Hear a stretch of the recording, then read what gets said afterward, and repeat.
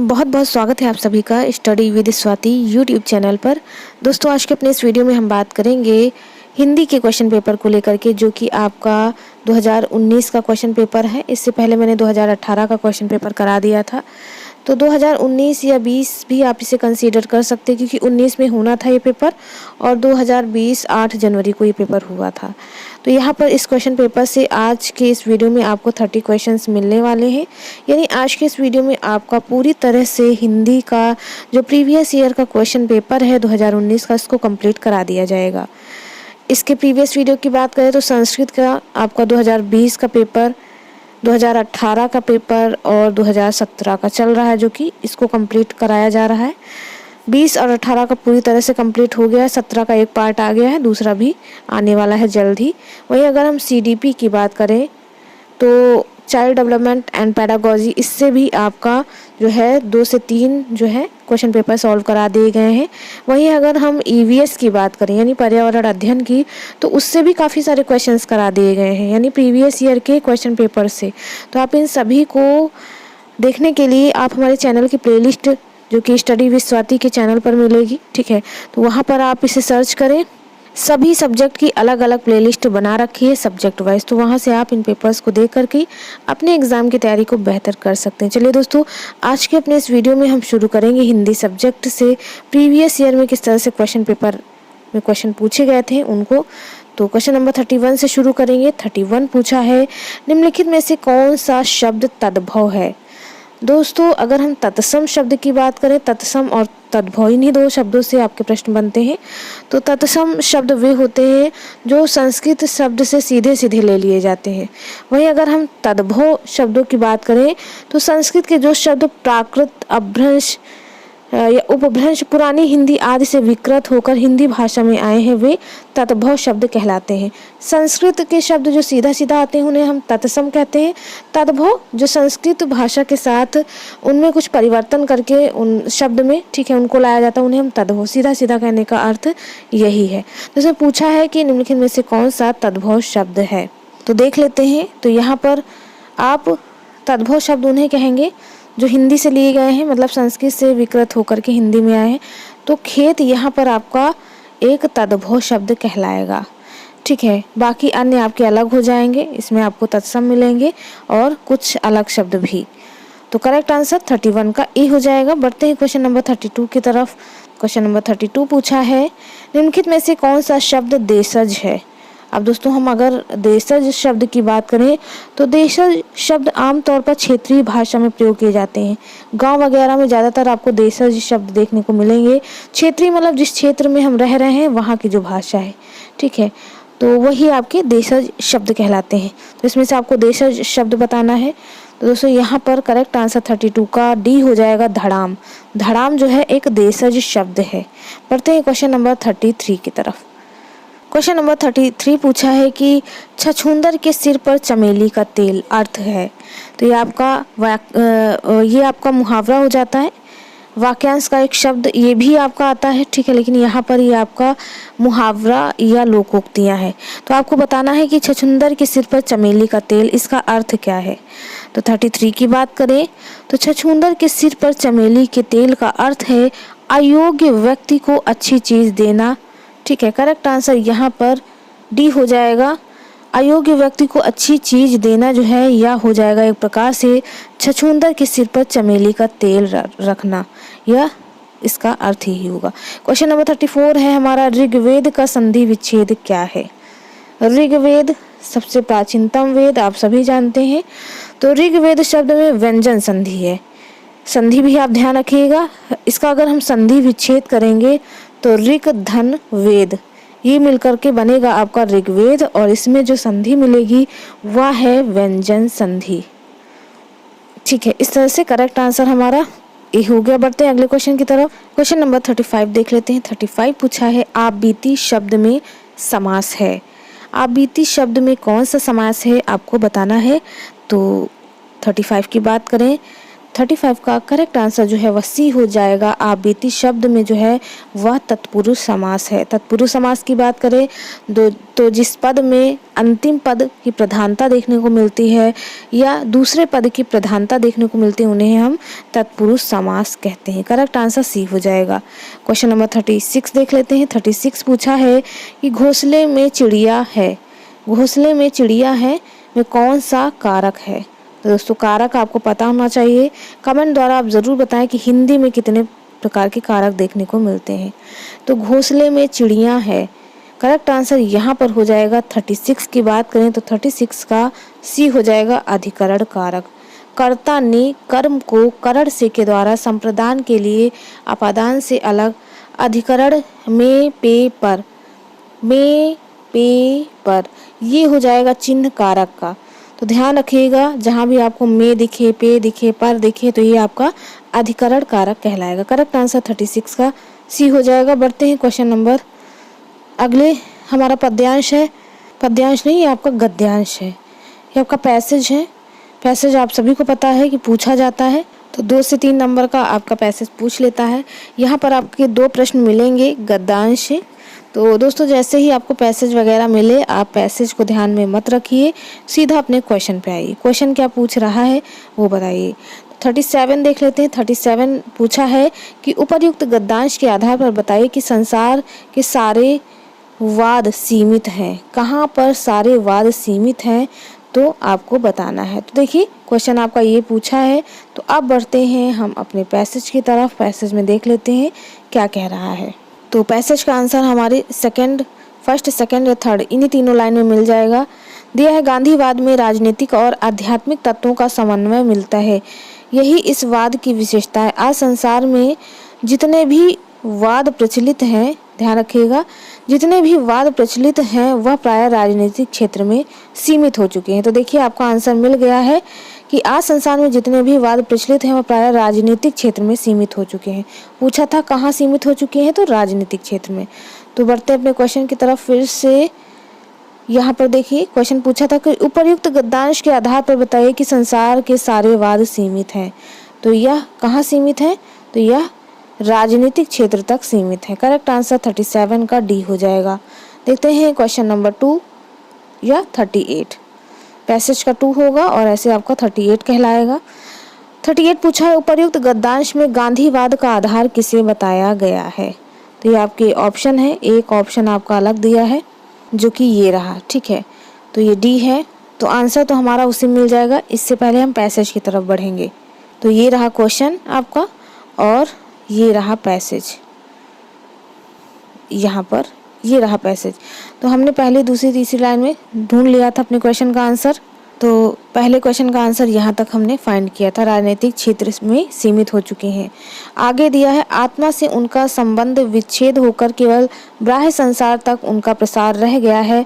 मन की निर्मलता और ईश्वर निष्ठा से आत्मा को शुद्ध करना गांधीवाद की प्रथम आवश्यकता है। तो देखिए पूछा था आवश्यकता है, तो यहाँ पर आपका आ गया मन की निर्मलता और ईश्वर निष्ठा से आत्मा को शुद्ध करना गांधीवाद की प्रथम आवश्यकता है। तो क्वेश्चन क्या पूछा था देख लेते हैं एक बार फिर से। क्वेश्चन पूछा था कि उपर्युक्त गद्यांश में गांधीवाद का आधार किसे बताया गया है। तो ईश्वर निष्ठा और मन की निर्मलता को। करेक्ट आंसर यहाँ पर 38 का बी हो जाएगा। तो इस तरह से आप अपने पैसेज में क्वेश्चन का आंसर फाइंड करेंगे, ठीक है, क्वेश्चन को पढ़ करके। बढ़ते हैं अगले क्वेश्चन की तरफ जो कि है क्वेश्चन नंबर 39। 39 पूछा है कनुप्रिया है, मैंने अनुप्रिया पढ़ दिया। कनुप्रिया के रचनाकार कौन है। कनुप्रिया किसकी रचना है आपको बतानी है। 39 की बात करें तो कनुप्रिया के रचनाकार हैं धर्मवीर भारती। करेक्ट आंसर यहाँ पर हो जाएगा डी, धर्मवीर भारती हैं। इस रचना में नारी के मन की संवेदनाओं और प्यार के नैसर्गिक सौंदर्य का अप्रतिम चित्रण मिलता है। कनुप्रिया की अगर हम बात करें, करेक्ट आंसर डी हो गया। बढ़ते हैं क्वेश्चन नंबर 40 की तरफ। 48 पूछा है प्लुत स्वर है, कौन सा स्वर है। स्वर के प्रकारों की बात करें तो आपको सभी पता है, आप सभी को पता है स्वर के प्रकार या भेद होते हैं 3। कौन कौन से। पहला है ह्रस्व स्वर, दूसरा है दीर्घ और तीसरा है प्लुत स्वर। तो प्लुत स्वर जिन स्वरों के उच्चारण में दीर्घ स्वरों से भी अधिक समय लगता है, या कह सकते हैं कि 3 मात्रा का समय लगा या लंबा समय लगा, उसे हम कहेंगे प्लुत स्वर। तो यहाँ पर 40 की बात करें, 40 का करेक्ट आंसर जो है वह हो जाएगा ए ओम। ओम को बोलने में हमें काफ़ी समय लग रहा है, इसलिए यहाँ पर ये प्लुत स्वर हो जाता है। बढ़ते हैं क्वेश्चन नंबर 41 की तरफ, देख लेते हैं 41 क्या पूछा है। 41 पूछा है कि प्रकाशन वर्ष की दृष्टि से डॉक्टर हरिवंश राय बच्चन की रचनाओं का सही अनुक्रम है। इनमें से सही अनुक्रम बताना है। तो यहाँ पर देख लीजिए कौन सी इनकी रचनाएं जो है वह सही अनुक्रम से लगी हुई हैं। तो 41 की बात करें, 41 का करेक्ट आंसर जो है वह ए ही आपको देखने को मिलेगा। पहला आएगा मधुशाला, फिर मधुबाला, फिर मधुकलश, निशा, फिर निमंत्रण। तो ये सारी रचनाएं जो हैं प्रकाशन वर्ष की दृष्टि से सही मानी जाएंगी हरिवंश राय बच्चन की रचनाओं की। अगर हम बात करें तो 41 का ए हो जाता है यहाँ पर सही आंसर। बढ़ते हैं क्वेश्चन नंबर 42 की तरफ। 42 पूछा है सुमेलित कीजिए, यानी आपको मिलान करना है।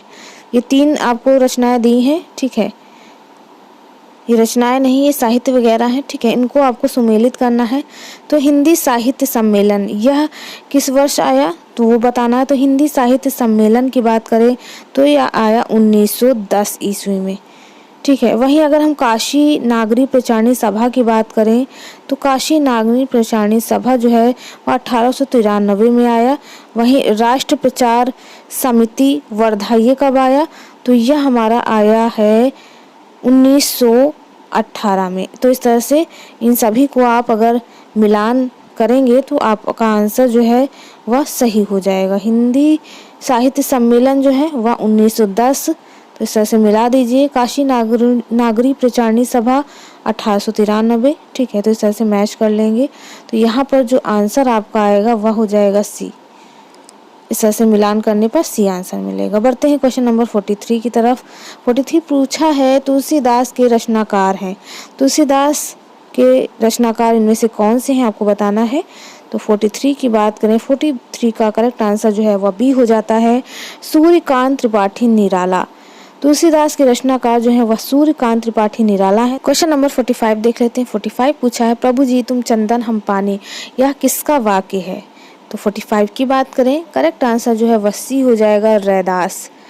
रैदास जी जो हैं वह अपनी पंक्तियों में भगवान से कहते हैं कि तुम चंदन जैसे बहुमूल्य खुशबूदार सब के प्रिय और हम लोग पानी जैसे हैं। करेक्ट आंसर सी हो गया। क्वेश्चन नंबर यहाँ पर देखते हैं, फिर से आपका पददान से पैसेज आ गया है। पहले गद्दान से था, अब पददान से है। तो यहाँ पर 46 और 47 प्रश्नों के लिए आपको उत्तर फाइंड करना है। तो बढ़ते हैं हम अपने क्वेश्चन की तरफ। क्वेश्चन में देखिए क्या कह रहा है कि इस पद्यांश में कौन सा रस है। तो देखिए रस भी आपको पता होना चाहिए, ठीक है, रस वगैरह भी दे देता है। तो यहाँ पर 46 की बात करें तो देख लेते हैं अपना पद्यांश यानी पैसेज को देख करके पता चल जाएगा कि यह कौन से श्रृंगार मतलब कौन से रस की बात कर रहा है। तो यहाँ पर देखिए वर्दंत की पंगति कुंद कली अधराधर पल्लव लोचन की चपला चमके घन बीच जगह छवि मोतिन माल अमोलन की घुंघदार लटके मुख ऊपर कुंडल लाल कपोलन की निछावर प्राण करे तुलसी बलि जाऊं ललाइन बोलन की। तो देखिए इसमें कहीं ना कहीं जो है वह श्रृंगार रस की चीज़ें दिख रही हैं। श्रृंगार रस का स्थायी भाव जो होता है वह रति होता है, आपको पता होगा, ठीक है। तो यहाँ पर जो है वह श्रृंगार रस की प्रधानता देखने को मिल रही है। हर जगह जो है वह खूबसूरती और मतलब अच्छी चीज़ें देखने को मिल रही हैं। तो इस तरह से यहाँ पर आपके ऑप्शन में पूछा था कि इस पद्यांश में कौन सा रस है, तो इसमें जो है श्रृंगार रस की प्रधानता देखने को मिलेगी। करेक्ट आंसर 46 का बी हो जाता है। देखते हैं 47 नंबर का क्वेश्चन। 47 है उपरोक्त पद किस कवि का है, मतलब यह जो रचना लिखी है किसने लिखी है। तो दोस्तों बढ़ेंगे अपने पैसेज की तरफ। तो इस लाइन में देखिए तुलसी निवछावर प्राण करे तुलसी बलि जाऊं ललाइन बोलन की, मतलब तुलसीदास जी ऐसा बोल रहे हैं, ठीक है। तो उपरोक्त पद जो है वह तुलसीदास का हो जाता है। करेक्ट आंसर जो है वह बी हो जाएगा। तो इस तरह से आप अपने पैसेज को फाइंड करेंगे। क्वेश्चन नंबर 48 देख लेते हैं। 48 की बात करें पूछा है उच्चारण स्थान की दृष्टि से कौन सा विकल्प जो है वह शुद्ध है, इनमें से आपको बताना है। तो दोस्तों यहाँ पर अगर हम इस क्वेश्चन के आंसर की बात करें तो करेक्ट आंसर यहाँ पर ए हो जाएगा। दंत वर्ण, जिन वर्णों का उच्चारण स्थान दांत होता है, जिनका हम उच्चारण दांत से करते हैं, दांत की सहायता से, उन्हें हम दंत वर्ण कहते हैं। इसमें ला और वा वर्ग, जिसमें ता था दा धा ना, ला और सा वर्ण आते हैं। इतने सारे आपको देखने के मूलतः देखिए ता, था, दा, धा और ना, ये देखने को मिलेंगे अगर हम दंत की बात करें। ठीक है, इसके अलावा जो है आ जाएगा ला और सा भी, जो विसर्ग रहता है कहीं ना कहीं। ठीक है, तो वही पूछ रहा है कि उच्चारण स्थान की दृष्टि से कौन सा विकल्प शुद्ध है, तो यह हो जाएगा ए दंत। बाकी जो है इनकरेक्ट होंगे। 49 देख लेते हैं। क्वेश्चन नंबर 49 पूछा है निम्न में से कौन सा कथन अशुद्ध है। तो 49 की बात करें, देख लेते हैं। हिंदी में ज्ञा का उच्चारण परंपरा से भिन्न हो गया है। 6 संयुक्त व्यंजन है, विसर्ग कंठ वर्ग है, 2 महाप्राण व्यंजनों का उच्चारण है। तो देखिए कौन कौन से करेक्ट हो जाते हैं। तो करेक्ट है आपका ये 2 महाप्राण व्यंजनों का उच्चारण बिल्कुल सही है। विसर्ग कंठ वर्ण है, इसे भी सही है आपका। बी है छत्र, मतलब छ जो है वह संयुक्त व्यंजन है, 2 वर्णों के मेल से बना है। ठीक है, काशा से, तो ये भी सही हो जाता है। तो यहाँ पर कह रहा है हिंदी में ज्ञा का उच्चारण परंपरा से भिन्न हो गया है, तो ये गलत है ये कहना। यहाँ पर जो यही आंसर हो जाएगा, यही आपका मतलब अशुद्ध माना जाएगा। बढ़ते हैं क्वेश्चन नंबर 50 की तरफ। 50 पूछा है मेरे लड़के ने मेरी आज्ञा का पालन नहीं किया, वाक्य में लड़के के विषय में कौन सा विकल्प जो है वह अशुद्ध है। तो 50 की बात करें, 50 का आंसर हो जाएगा बी बहुवचन। लड़के शब्द का प्रयोग कर्ता एकवचन और पुल्लिंग के रूप में किया गया, अतः मेरे लड़के ने मेरी आज्ञा का पालन नहीं किया वाक्य में लड़के के विषय में बहुवचन शब्द अशुद्ध है। ठीक है, लड़के जो है वह बहुवचन में नहीं आएगा। बढ़ते हैं अगले क्वेश्चन की तरफ, जो कि है क्वेश्चन नंबर 51। 51 पूछा है कि राम आम खाता है में वाच्य कौन सा रूप है। ठीक है, तो वाच्य बताना है कौन सा रूप है इसमें। तो देखिए राम क्या कर रहा है, आम खाने का काम कर रहा है, तो इसमें कोई भावना नहीं दिख रही है। बढ़ते हैं अगले ऑप्शन की तरफ। फिर है यहाँ पर उभयवाच्य, कृतवाच्य और कर्मवाच्य। 2 आम खाने का काम कर रहा है, ये एक तरह से उसका कर्म हो रहा है। ठीक है, तो इस तरह से यहाँ पर 51 का हो जाएगा राम आम खाता है में कर्मवाच्य को की प्रधानता है, यानी कर्मवाच्य जो है हमें देखने को मिलता है। करेक्ट आंसर डी हो जाएगा। बढ़ते हैं 52 की तरफ। यहाँ पर 52 पूछा है रहीमन पानी राखिए बिन पानी सब सून, पानी गए न उबरे मोती मानस चून, इस दोहे में कौन सा अलंकार है। तो दोस्तों आपको अलंकार भी आना चाहिए, अलंकार भी पूछता है आपके एग्जाम में। तो दोस्तों इस क्वेश्चन के आंसर की बात करें तो करेक्ट आंसर हो जाता है सी श्लेष अलंकार। श्लेष का अर्थ होता है चिपकना। जहाँ एक शब्द एक ही बार प्रयोग होता है परंतु उसके अर्थ अनेक होते हैं, वहाँ श्लेष अलंकार होता है। रहीमन पानी राखिए बिन पानी सब सून, पानी गए न उबरे मोती मानुष चून, इस दोहे में श्लेष अलंकार है क्योंकि इसमें जो पानी का प्रयोग है वह 3 अर्थों में लगाया गया है। करेक्ट आंसर यहाँ पर सी हो जाता है। बढ़ते हैं क्वेश्चन नंबर 53 की तरफ। पूछा है निम्नलिखित में से कौन सा शब्द शुद्ध है, इनमें से कौन सा शब्द शुद्ध है आपको बताना है। तो 53 की बात करें तो करेक्ट आंसर सी हो जाता है आँख। लिखते समय जो है वर्तनी की गलतियां प्रायः गलत उच्चारण करने अथवा नियमों की जानकारी न होने के कारण होती हैं। यह आँख शब्द वर्तनी की दृष्टि से शुद्ध है। बाकी चांद में चांद बिंदी लगेगी, आँख में भी चांद बिंदी और अंगना में भी चांद बिंदी, तो इस तरह से ये जो है ये अशुद्ध है क्योंकि इसमें चांद बिंदी का प्रयोग नहीं हुआ है, जबकि आँख में चांद बिंदी का प्रयोग हुआ है। करेक्ट आंसर सी हो जाता है 53 का। बढ़ते हैं 54 की तरफ। पूछा है निम्न में से किस शब्द की वर्तनी सही है, आपको बताना है। 54 की बात करें करेक्ट आंसर डी हो जाएगा सन्निधि। सन्निधि शब्द की वर्तनी जो है सही है और सन्निग्ध, सन्निधि तथा सन्निधि तीनों शब्द जो है वह त्रुटिपूर्ण है, ये गलत है। सही वर्तनी होगी संनिधि, यानी सा पे अंग की मात्रा, ठीक है, और निधि, तो इस तरह से यह वर्तनी शुद्ध हो जाएगी। बढ़ते हैं 55 क्वेश्चन की तरफ। क्वेश्चन नंबर 55 पूछा है, उपचारात्मक शिक्षण की सफलता निर्भर करती है। रिमेडियल टीचिंग की बात करें तो आप सभी को पता है कि रिमेडियल टीचिंग में हम पहले समस्या के कारणों का पता लगाते हैं, उसके बाद उसके निदान का उपचार करते हैं। तो यह किस पर निर्भर करेगा? 55 का करेक्ट आंसर जो है वह बी हो जाएगा, समस्या के कारणों की सही पहचान पर। यह होता है उपचारात्मक शिक्षण की सफलता। ठीक है, बढ़ते हैं क्वेश्चन नंबर 56 की तरफ। क्वेश्चन नंबर 56 पूछा है कि प्रयोजन का समानार्थी शब्द नहीं है। ध्यान दीजिएगा, नहीं पूछा है तो समानार्थी शब्द कौन कौन से होंगे वो भी देख लेते हैं। तो प्रयोजन के समानार्थी शब्द हेतु, उद्देश्य, ठीक है, और लक्ष्य, ये तीनों होंगे। जबकि नियोजन का अर्थ होता है योजना बनाना, यह प्रयोजन का समानार्थी शब्द नहीं होगा। आंसर यहाँ पर आपका बी हो जाता है, समानार्थी शब्द नहीं है नियोजन। 57 पूछा है, ऋजु का विलोम होता है। ऋजु मतलब सीधी रेखा, इसका विलोम होगा। 57 की बात करें तो ऋजु शब्द का विलोम शब्द होगा वक्र। ठीक है, ध्यान रखिएगा।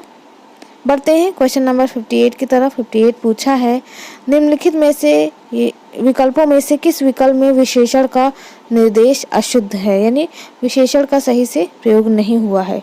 तो यहाँ पर 58 की बात करें, आंसर हो जाएगा आपका बी 58 का, वह नौकर कोई विशेषण नहीं है। वह नौकर कहना कोई विशेषण नहीं है, कोई विशेषता नहीं बता रहा है। ठीक है, दूसरा क्रमवाच्य, पूर्णांक बोधक और अपूर्णांक बोधक 2.5 जो है, ठीक है, ये नंबर देखिए यहाँ पर दिए हुए हैं, तो ये सब विशेषण के अंतर्गत आएंगे। वह नौकर, इसमें कोई विशेषण नहीं देखने को मिलेगा।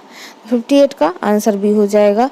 क्वेश्चन नंबर 59 देख लेते हैं। 59 पूछा है कि आप भला तो जग भला वाक्य में सर्वनाम के किस भेद का बोध हो रहा है। सर्वनाम के किस प्रकार का बोध हो रहा है बताना है। ऑप्शन आपके यहाँ पर 2 हैं और अगली स्लाइड में भी आपको 2 और मिलेंगे, संबंधवाचक सर्वनाम या निजवाचक। तो आप भला तो जग भला वाक्य में जो है वह निजवाचक सर्वनाम का प्रयोग हुआ है। करेक्ट आंसर डी हो जाएगा। क्वेश्चन नंबर 60 देख लेते हैं। पूछा है, निम्नलिखित में से कौन सा शब्द पुल्लिंग है। पुल्लिंग शब्दों की बात करें जो पुरुष जाति का बोध कराएं उन्हें हम पुल्लिंग शब्द कहते हैं। निम्नलिखित में कौन सा शब्द पुल्लिंग है बताना है। 60 की बात करें तो 60 का आंसर हो जाएगा बी सरसों। सरसों में पुल्लिंग शब्द का प्रयोग हुआ है। ठीक है, इस तरह से दोस्तों आज के इस वीडियो में हमने 30 क्वेश्चंस तक बात कर ली है। आज के अपने इस वीडियो में हमने 2020 का क्वेश्चन पेपर जो है वो पूरी तरह से सॉल्व करा दिया है। उम्मीद और आशा है आप सभी को हमारा यह वीडियो पसंद आया हो। तो दोस्तों मिलते हैं अपने एक नेक्स्ट वीडियो में एक नए टॉपिक के साथ। तब तक के लिए आप सभी का बहुत बहुत धन्यवाद।